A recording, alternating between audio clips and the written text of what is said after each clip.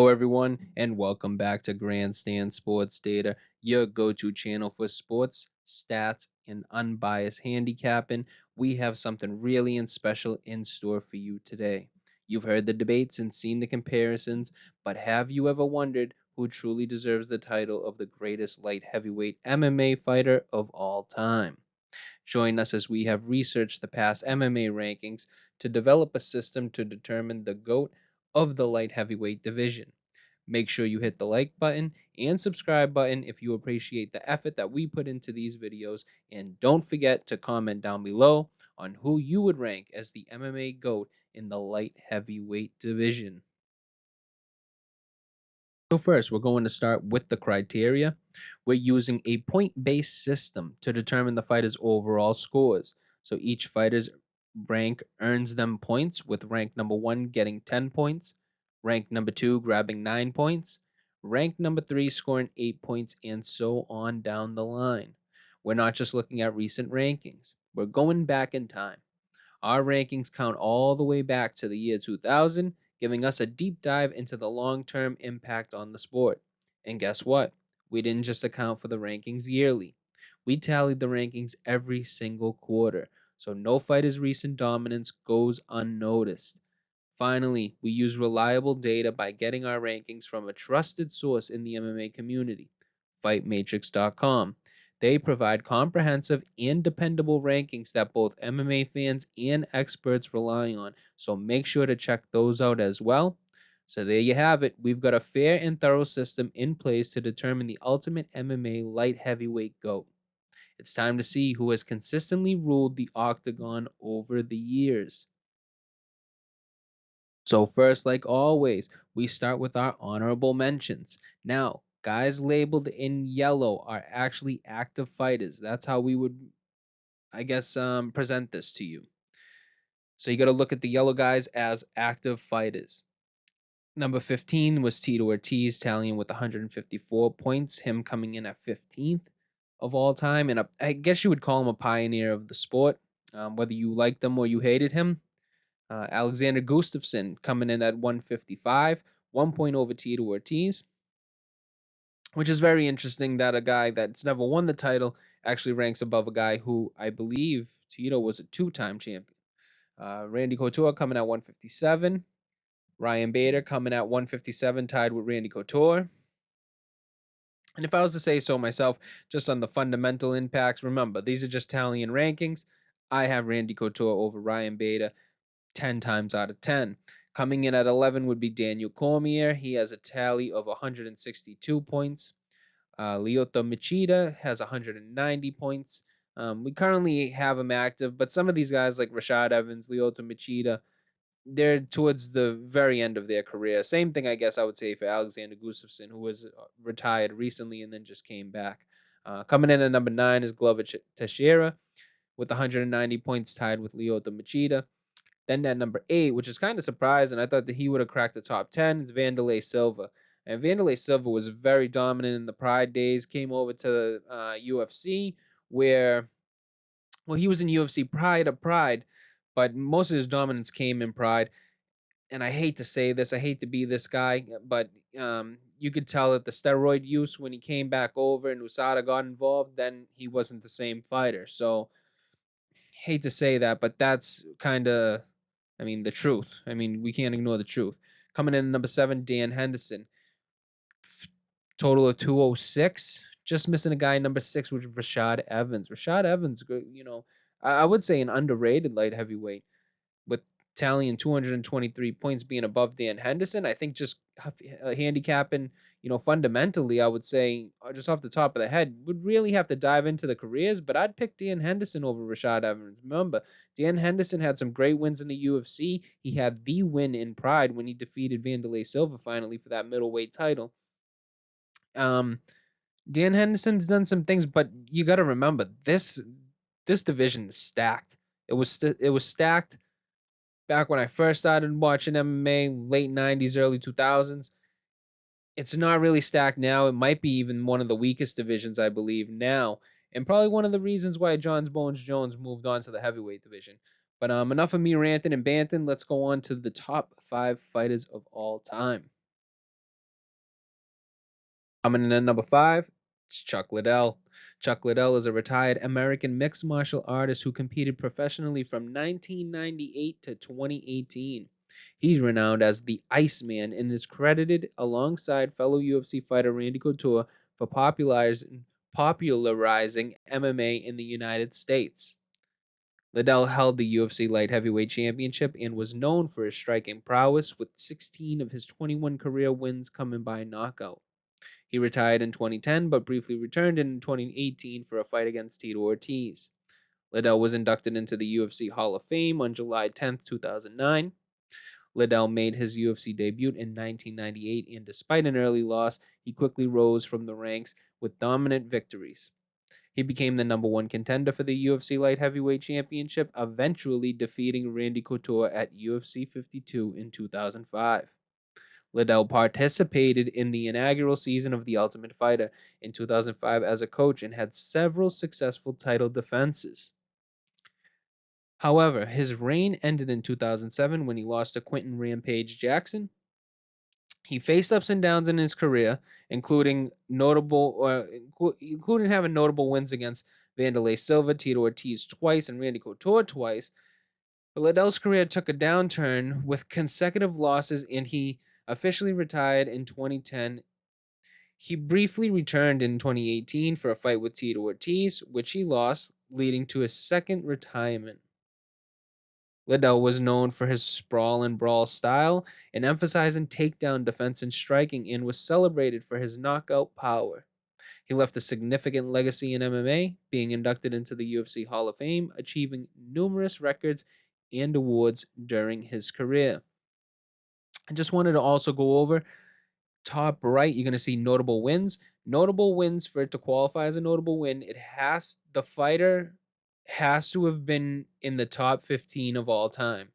So as you can see on the right hand side, the only time we're going to have notable wins in these is if the fighter lands in the top 15. So from the previous slide with honorable mentions all the way up until the top 5 fighters. If those defeats by this specific fighter happen, it will be put in the right hand corner. So you might be like, oh, he beat this guy at this weight class. It doesn't qualify. It has to be for the light heavyweight division, and it has to be a top 15 in terms of all time rank.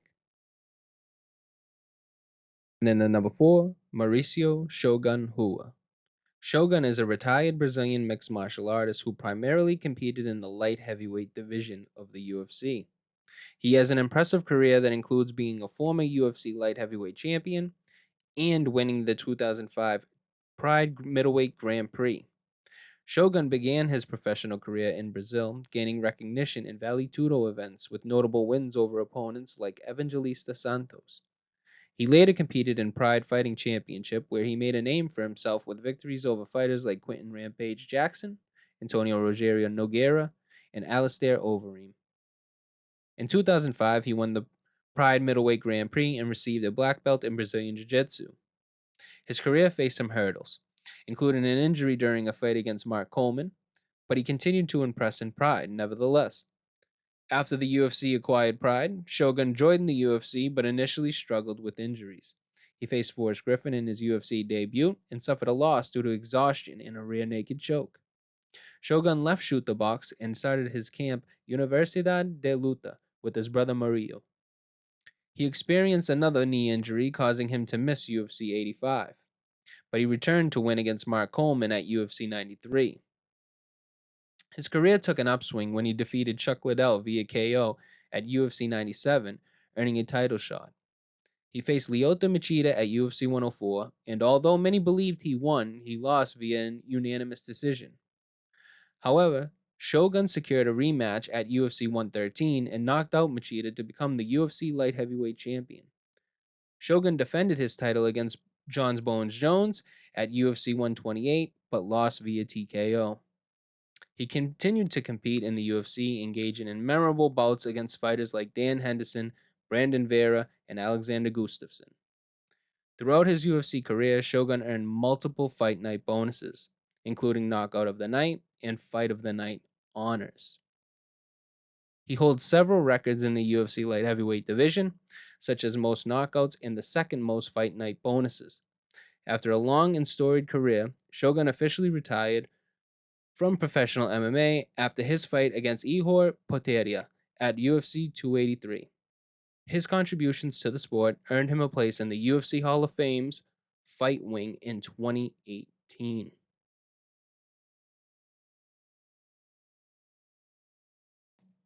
Coming in at number 3, Phil Davis. Phil Davis is an American mixed martial artist who currently competes in the light heavyweight division for Bellator MMA. Before joining Bellator, he had a successful career in the Ultimate Fighting Championship, where he achieved recognition as a top 5 light heavyweight contender with a 9-3-1 UFC record.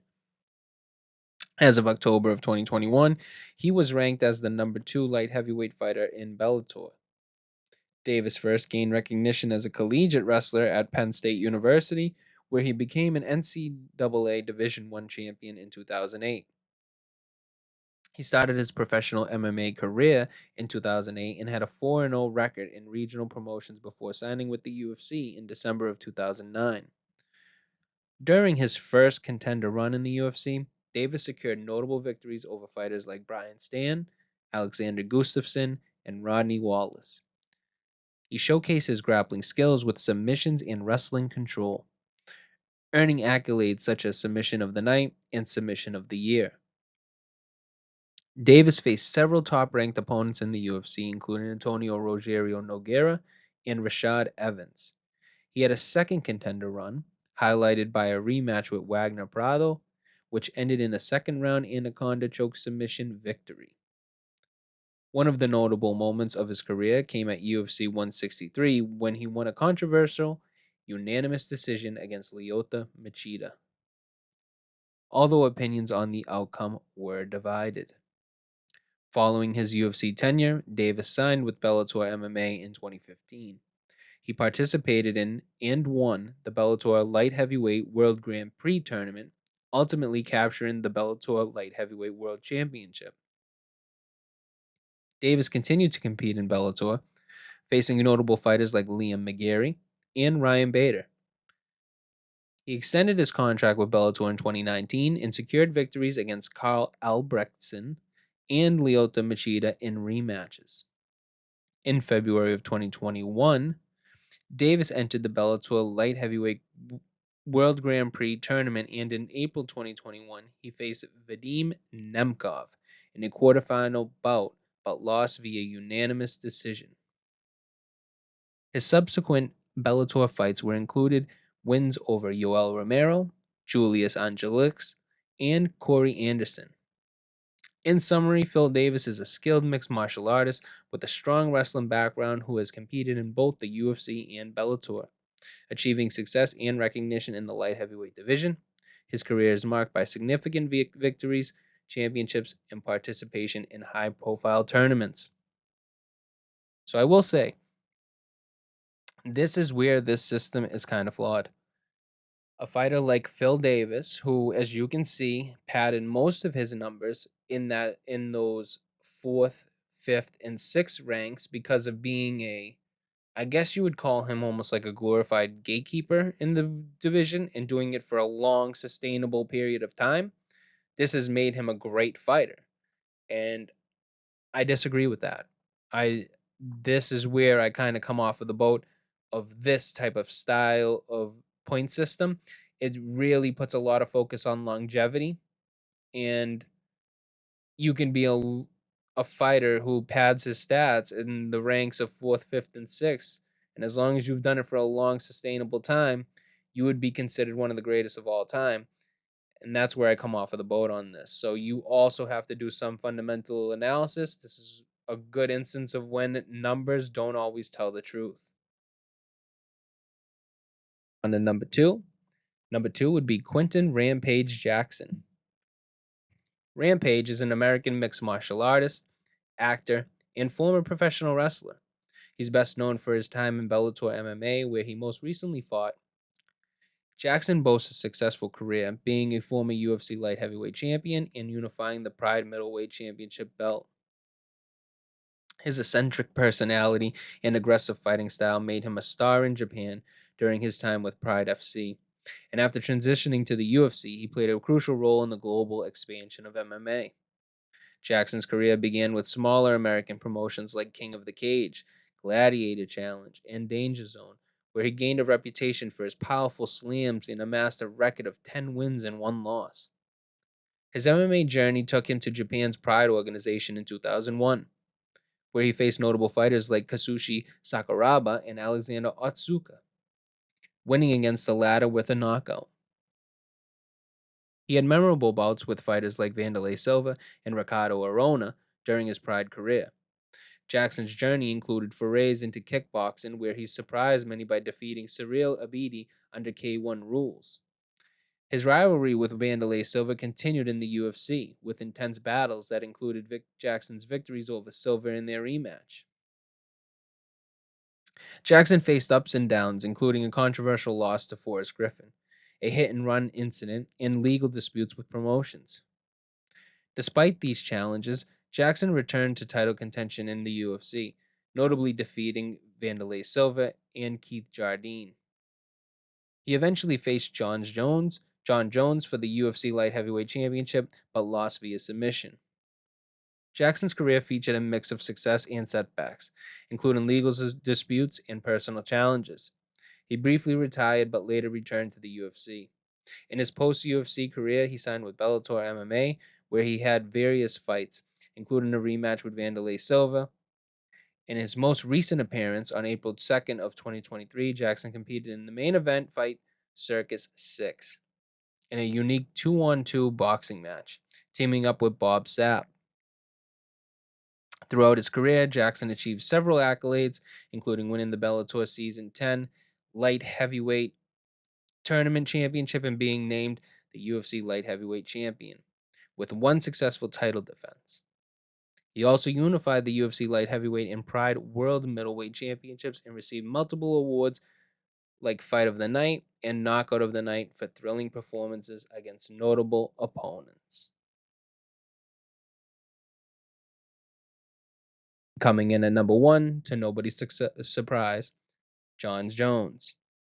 Jon Jones is an American professional mixed martial artist. He competes in the UFC and currently holds the UFC Heavyweight Championship. He has been a prominent figure in the UFC since his debut in 2008. Jones has had a highly successful career in the UFC, holding multiple titles and setting numerous records. He became the youngest champion in UFC history at the age of 23 when he defeated Mauricio Shogun Rua. Throughout his career, Jones has held the UFC Light Heavyweight Championship on 2 occasions and had an interim title as well. He is known for his impressive record, including the most title defenses in the light heavyweight division and the longest win streak. However, Jones' career has been marred by controversies. He lost his titles 3 times due to disciplinary actions, including a suspension for a hit-and-run incident and testing positive for banned substances. Despite these setbacks, he reclaimed the championship in 2018. In 2020, Jones vacated his light heavyweight title, and a dispute with the UFC management expressed his intention to move up to the heavyweight division. After a long hiatus, he returned in 2023 and won the UFC Heavyweight Championship by defeating Cyril Gane. Jones is widely regarded as one of the greatest mixed martial artists in history and holds several UFC records. His fighting style is best known for its adaptability and creativity, with a focus on striking techniques like kicks and elbows. In terms of achievements, Jones has numerous accolades, including being a multi-divisional champion and having the longest unbeaten streak in UFC history, and also holding various UFC records in the light heavyweight division as well. As of his most recent fight, Jones is set to defend his UFC heavyweight championship against Stipe Miocic at Madison Square Garden.